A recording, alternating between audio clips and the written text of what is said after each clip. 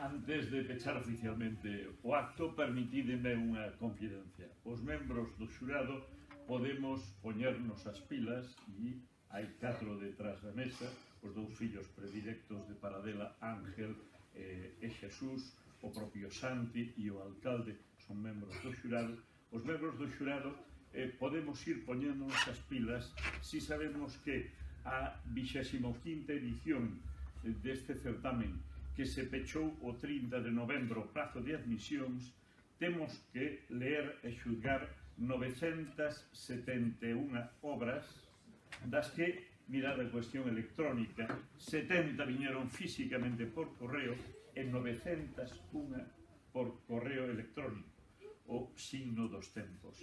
E temos 422 obras de poesía, 503 obras de narrativa e 46 na modalidade especial Camiño de Santiago.